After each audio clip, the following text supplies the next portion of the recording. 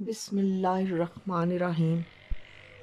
سفر حج، فرضیت، اہمیت اور مناسک حج۔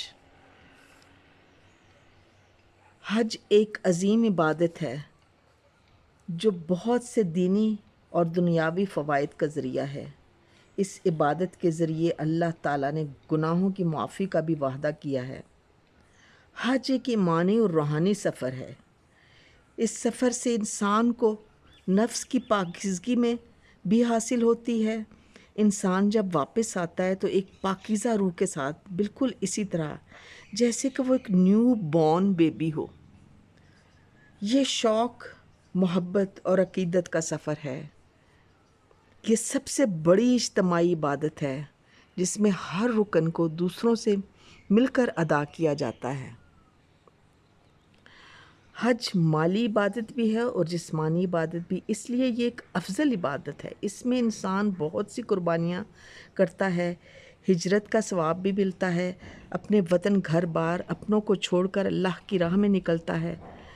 توجہ صرف رب العزت کی طرف ہوتی ہے۔ یہ سفر آخرت کی یاد بھی دلاتا ہے۔ حج کا آغاز کب سے ہوا؟ گزشتہ انبیاء کا بھی حج کرنے کا ذکر ملتا ہے، خصوصی طور پر حضرت ابراہیم علیہ السلام کے حج کا ذکر ملتا ہے۔ جب انہوں نے نئے سرے سے خانہ کعبہ کی تعمیر کی، اللہ تعالیٰ نے حضرت ابراہیم علیہ السلام کو حج کرنے کا حکم دیا۔ سورۃ حج میں آتا ہے، اور لوگوں میں حج کا اعلان کر دو، وہ تمہارے پاس پیدل اور دبلے اونٹوں پر دور کی گھاٹیوں سے آئیں گے۔ وہ تمہارے پاس پیدل اور دبلے اونٹوں پر دور کی گھاٹیوں سے آئیں گے۔ اس وقت آس پاس کوئی آبادی نہ تھی، ایک جرہم قبیلہ بستا تھا۔ تو اللہ تعالیٰ نے حکم دیا کہ لوگوں کو حج کے لیے پکاریں، اللہ تعالیٰ خود لوگوں کو لے کر آئیں گے۔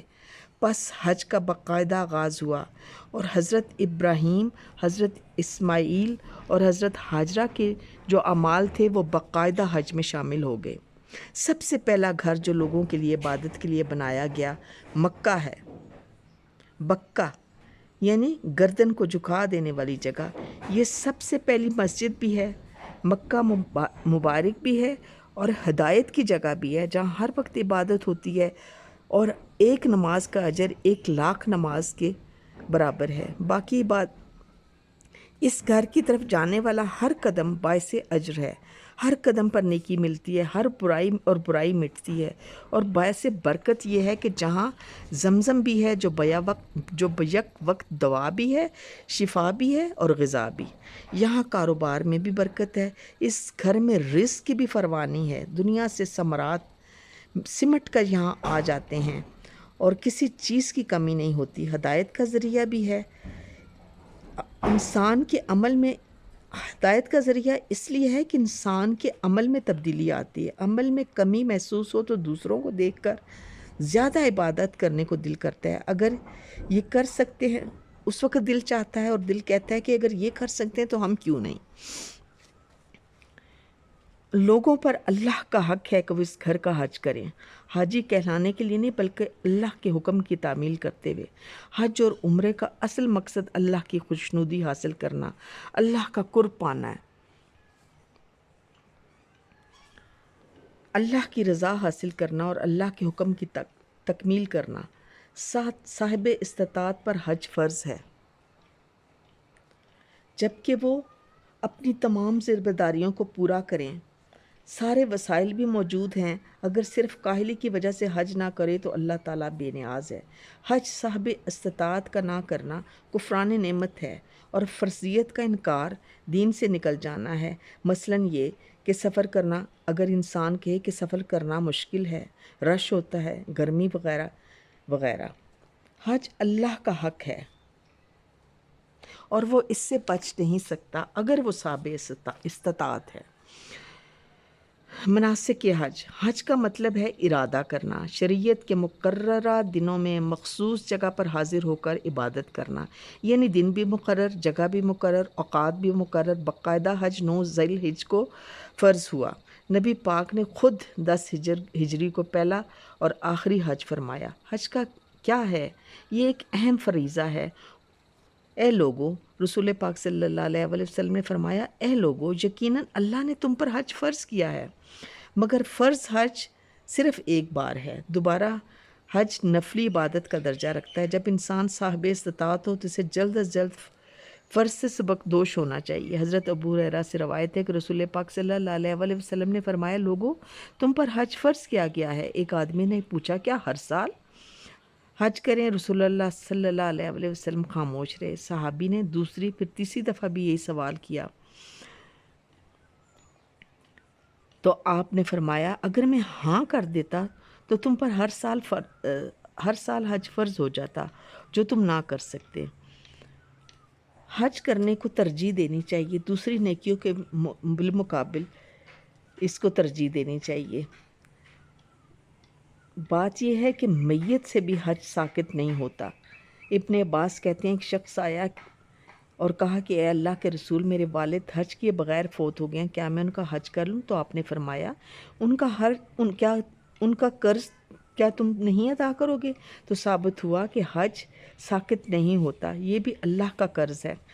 حج مسلمانوں کی پہچان بھی ہے۔ حج کی فضیلت اس حدیث سے ظاہر ہوتی ہے جو یہ ہے، رسول پاک صلی اللہ علیہ وسلم نے فرمایا، ایک عمرے کے بعد دوسرا عمرہ اس کے درمیان ہونے والے گناہوں کا کفارہ ہے، اور حج مبرور کا بدلہ جنت کے سوا کچھ نہیں۔ یہ متفق علیہ حدیث ہے۔ ذوالحج کا پہلا عشرہ نیکیوں اور اجر و ثواب کے اعتبار سے عام دنوں کے مقابلے میں بہت اہم ہے۔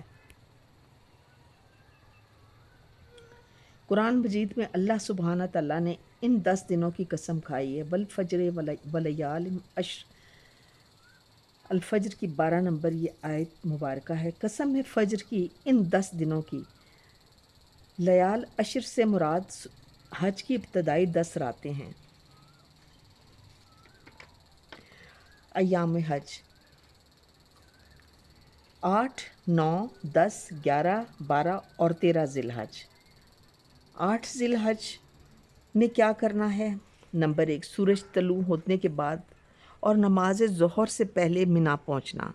منا میں 5 نمازیں ظہر، عصر، مغرب، عشاء اور فجر ادا کرنا۔ تیسرا یہ کہ منا میں تمام نمازیں قصر کے ساتھ ادا کرنا۔ چوتھا، بکثرت بلند آواز میں تلبیہ کہنا۔ 9 ذی الحج طلوع آفتاب کے بعد منا سے عرفات روانہ ہونا۔ دوسرا، زوال آفتاب کے بعد مسجد نمرہ میں خطبہ سننا۔ ظہر اور عصر کی نماز باجماعت جمع اور قصر کر کے ادا کرنا۔ نمازوں کے بعد جبل رحمت کے قریب جہاں جگہ ملے قبلہ رخ ہو کر وقوف کرنا۔ طلوع آفتاب سے تھوڑا پہلے منا روانہ ہونا۔ دوران سفر تلبیہ کرنا۔ 10 ذی الحج یوم نحر طلوع آفتاب کے بعد جمرہ عقبہ کی رمی کرنا۔ رمی سے پہلے تلبیہ کہنا بند کر دینا۔ قربانی کرنا، حلق یا تقصیر کرنا، مکہ جا کر طواف زیارت ادا کرنا، سعی ادا کرنا، مکہ مکرمہ سے واپس آنا۔ پھر 11، 12 اور 13 ذی الحج یہ ایام تشریق کہلاتے ہیں۔ تمام راتیں منا میں گزارنا۔ جمرہ اولا، جمرہ وسطی اور جمرہ عقبہ کی زوال آفتاب کے بعد رمی کرنا۔ بکثرت تکبیر و تحلیل، تقدیس اور تحمید اور اذکار اور وظائف کرنا۔ 12 ذی الحج کو اگر واپس آنا ہو تو غروب آفتاب سے قبل منا سے نکلنا۔ مکہ واپس آ کر اپنے شہر یا ملک رخصت ہونے سے قبل طواف وداع کرنا۔ یہ مناسک حج ہیں۔ اللہ پاک سے دعا ہے کہ تمام امت مسلمہ کو جو حج عمرہ کی خواہش اور شوق رکھتے ہوں، سب کو مجھ سمیت یہ سعادت نصیب فرمائے اور بار بار نصیب فرمائے۔ اللہم فقہنی فی الدین، یہ صحیح بخاری کی 143 نمبر آیت ہے۔ اس کا ترجمہ ہے، اے اللہ مجھے دین کی سمجھ عطا فرما۔